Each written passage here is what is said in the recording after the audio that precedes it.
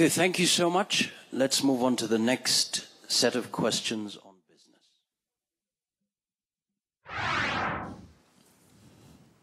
All right, so that's the race for Nairobi governor debate that's currently ongoing at a city hotel.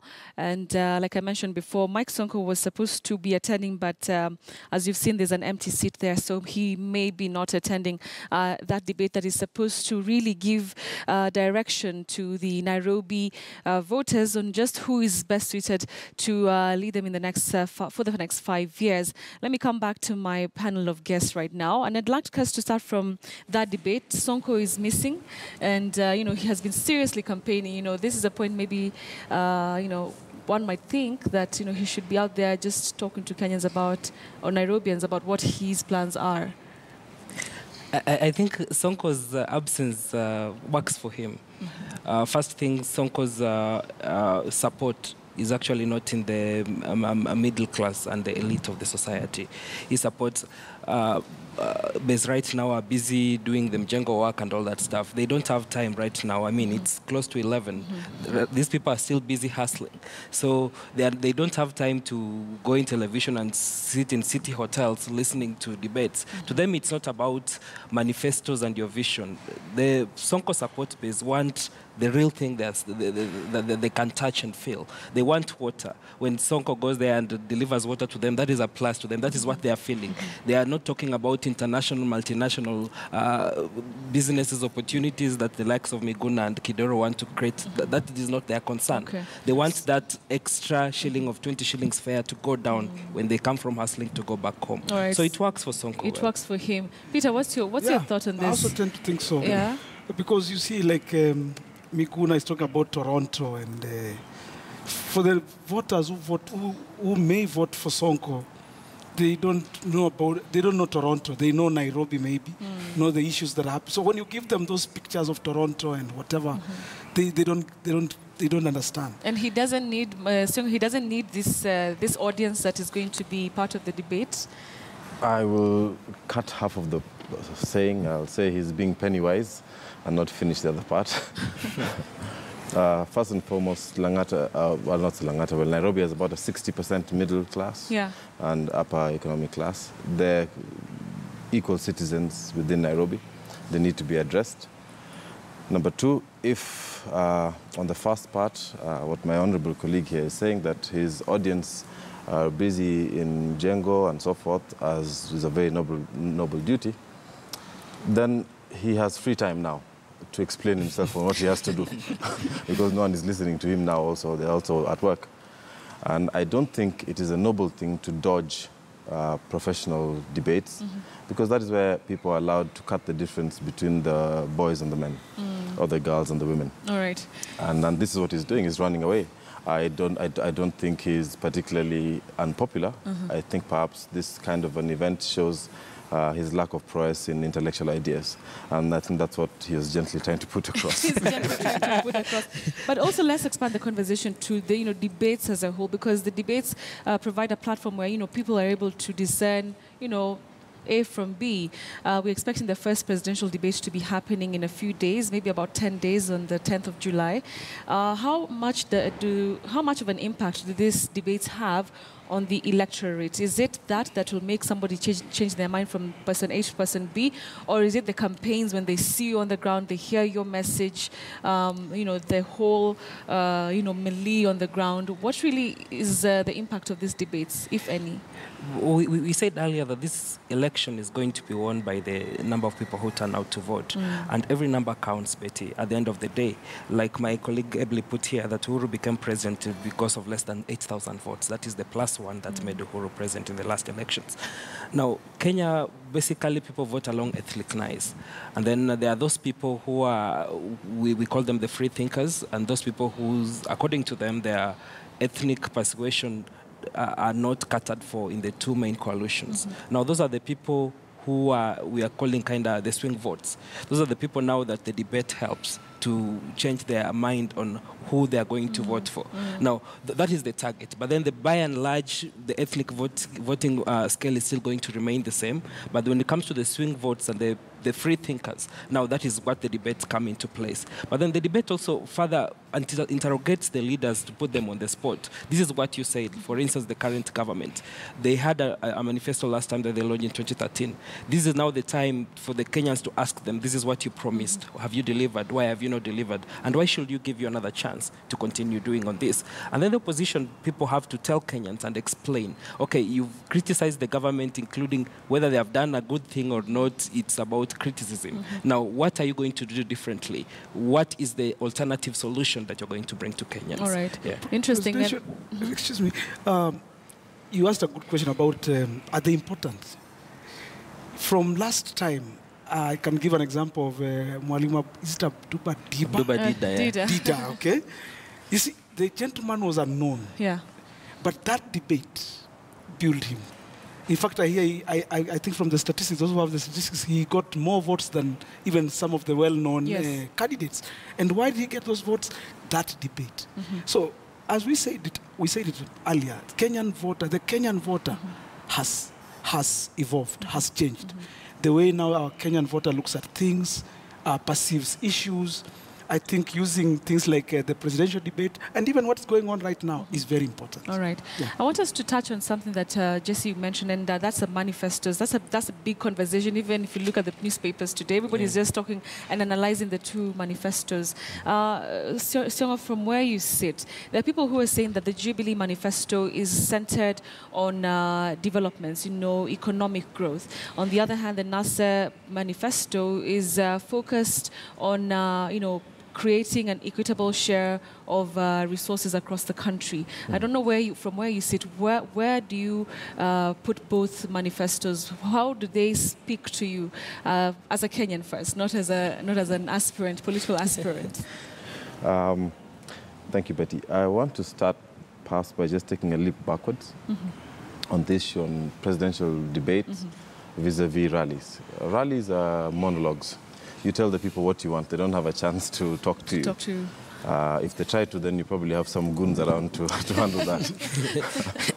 But presidential debates allow for a dialogue, and it allows you to compare the two candidates side by side vis-a-vis a moderator who's allowed to ask serious questions back. And so we can really get into the depth of a candidate and see if that's the person you need. Away from that, when we come to the Jubilee and NASA manifestos, I think the basic best benchmark for development, good development, you can have bad development, is that you must have a results-based approach to expenditure, not a procurement-based approach to expenditure. And I don't want to be political about this. I want to be very sincere about this. I've done a lot of community development work for various international agencies. And if you look at the two manifestos, you're very clear in the view of what you see there. One is about spend. They've been spending for 5 years. They want to spend some more because it earns commissions, period. And the other one is actually looking at the root problems of this country based on equity, based on cross-sectoral linkages between various developments and the economic sectors. I have seen the president on numerous occasions opening up tourism circuits with a ribbon, but there are no roads going there. There are no sewer systems going there. And how would you want to host 2 million foreigners in this country if they have nowhere to go to the loo and we can't dispose of the waste? So we have to have a very serious approach towards our manifestos. And I'm sorry to say it, but the Jubilee manifesto, as a professional, is a systematic, is actually a chronology of systematic failures by the Jubilee administration. They're talking about going into smallholder irrigation. They've not even finished Galana 1.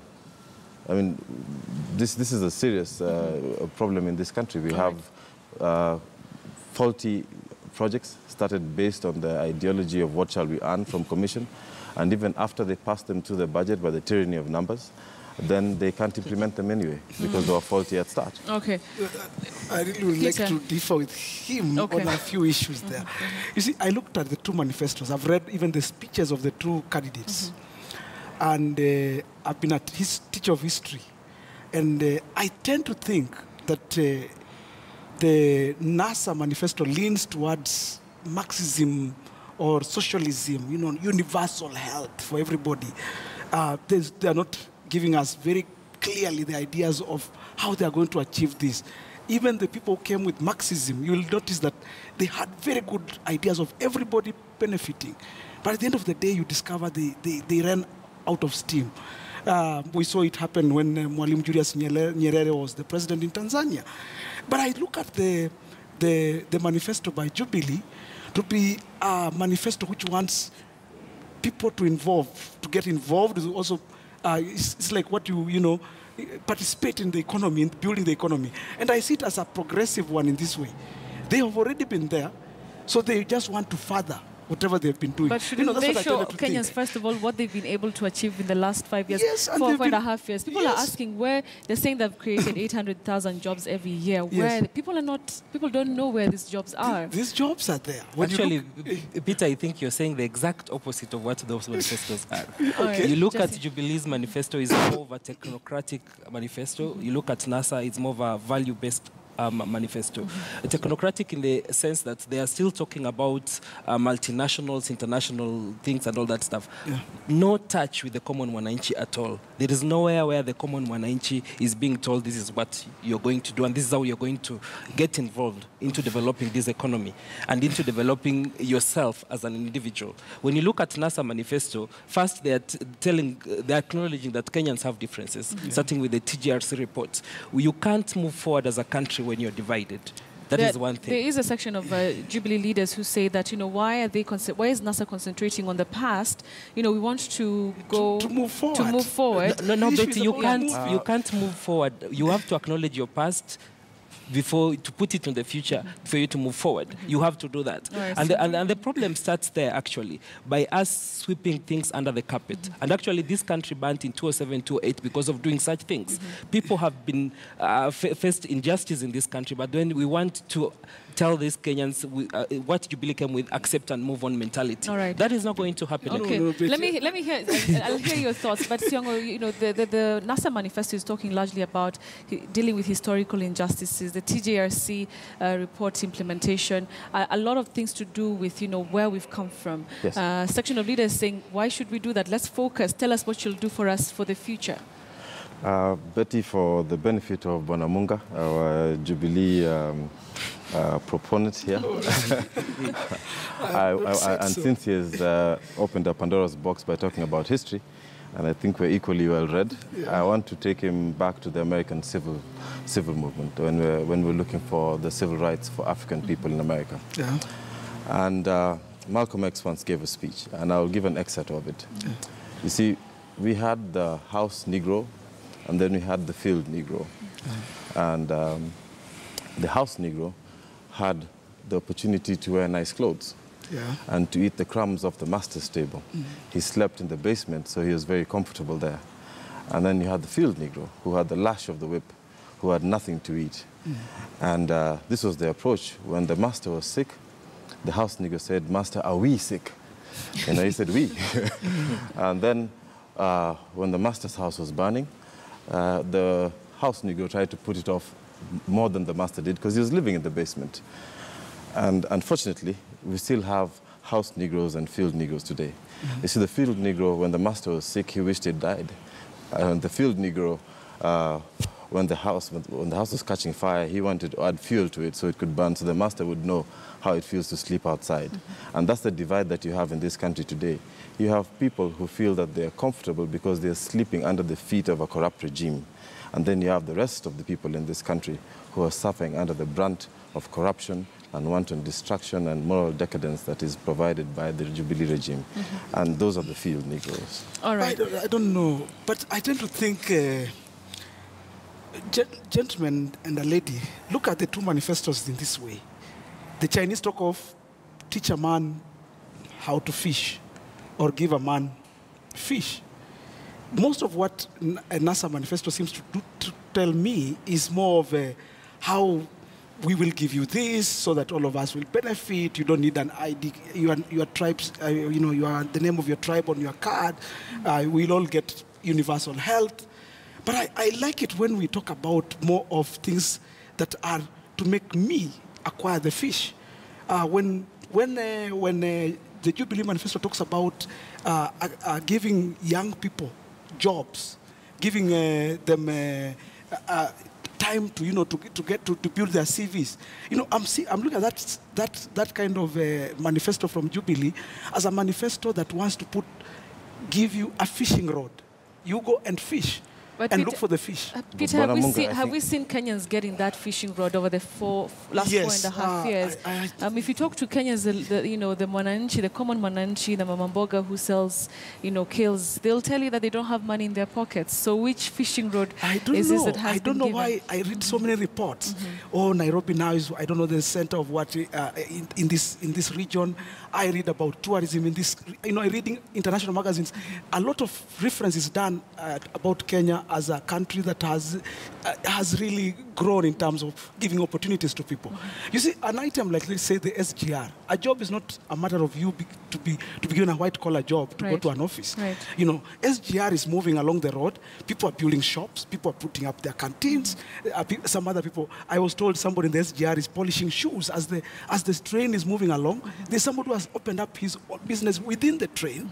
We may not count him as employed by SGR. So Thika Highway, for example, you look at the Thika Highway, as it moves, so many other businesses were opened up. So when we open these infrastructure things, then other things follow. It's like, yes. Can I just revert on that? Okay, so I want your comments to be this because we are winding up. Yeah. Also, I'd like you to give direction, to Kenyans who are reading these two manifestos, and some can't even see the difference between both of them. Some are seeing the differences, some are seeing this one I think is better than this one.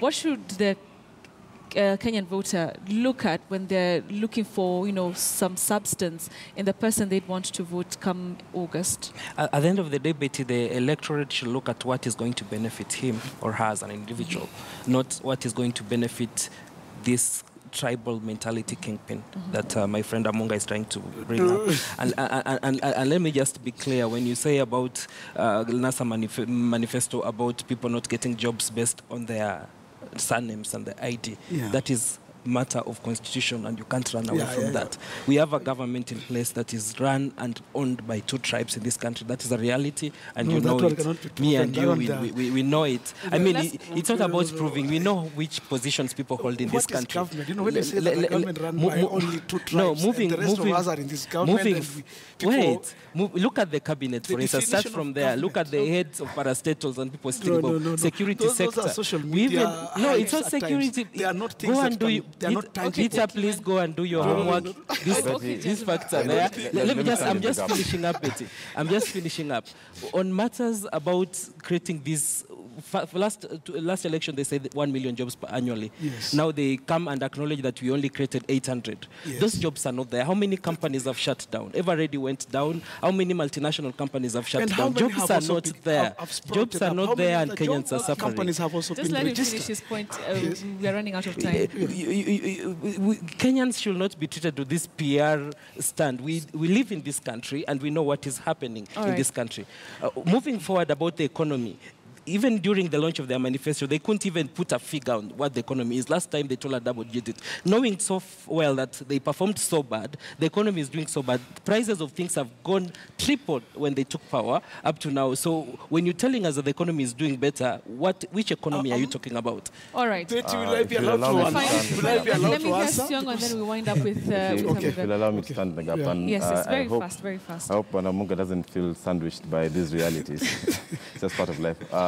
I think it's unfortunate that someone should say that he doesn't know why. He's been reading in various reports and reading many reports. He's a Kenyan. He's living in Nairobi. He knows hakuna unga na maisha ni ngumu hata kwako bana. Kwa hiyo kitu. We need to wind up. Siongo, your last. But lastly, when you're talking about bringing in an umpteenth number of thousands of students and saying you're going to give them paid internships, the teacher-student ratio in this country is about 1 to 400. You can't even pay the teachers yet. How are you going to pay for at a ratio of 1 to 400? How are you going to pay the students? Teachers have so these are the facts that people need to discuss economically. And this is now not historical. This is economical, which is my actual layer of study. All right. And I want to be very clear here. If we're going to begin to talk about building 57 new dams, we have 1 million acres of Galana. Start with that one. All right, what you start, get it finished. All right. And this is the problem with Jubilee. We have to have a long list of stories that never as we wind up, let us say like this. Most of these allegations that we hear from many of our friends, either on social media, and many of them are allegations. You cannot put them on the table and quantify or get any evidence. But the issue is that Kenyans, as a country, we are growing. We are talking about a Kenyan democracy has evolved. We've looked at the Kenyan education system.